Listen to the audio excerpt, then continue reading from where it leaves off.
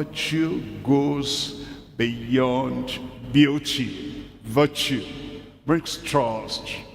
He tested Ruth, and a trustworthy Ruth, and that's beyond the beauty of the face. In Proverbs 31, reading from verse 10. Proverbs 31, verse 10. Who can find a virtuous woman? Think about it the other way. Who can find a beautiful woman? Who can find a Miss Nigeria, Miss Ghana, and Miss Africa, and Miss World? Who can find a beautiful woman?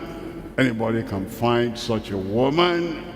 There's so many on the streets, but a virtuous woman, for her price is far above rubies. Verse 29, many daughters have done virtuously, but thou excellest them all. Oh, I can say that about Ruth. Verse 30, favor is deceitful and beauty is vain.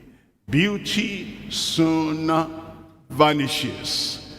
After giving birth to 5 children, 6 children, some even 7, you know, the facial freshness and beauty is not like it was before giving birth to so many children. The stature and the build and the whole thing you're looking at as beauty, all that vanishes away as age comes on. The beauty of the hair and the hairdo and the crispness of the hair and the hair making and all the things the people do now, the clothes hang down and beauty is vain, but virtue always there. Love, kindness, compassion, righteousness, graciousness, always there. The character and the compatibility goes beyond beauty. Beauty is vain, but a woman that feareth the Lord, she shall be praised. You know what, brothers and sisters?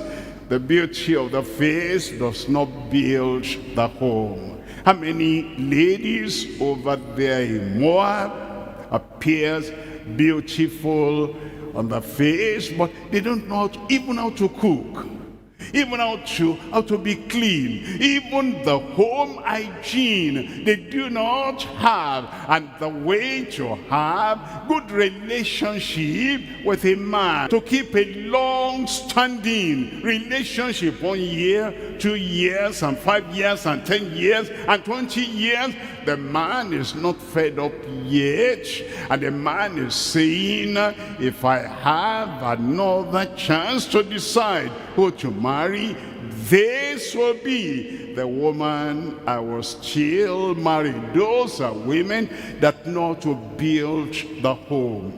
Your own marriage, your wife will be fruitful. Your wife, your husband will be fruitful in Jesus' name.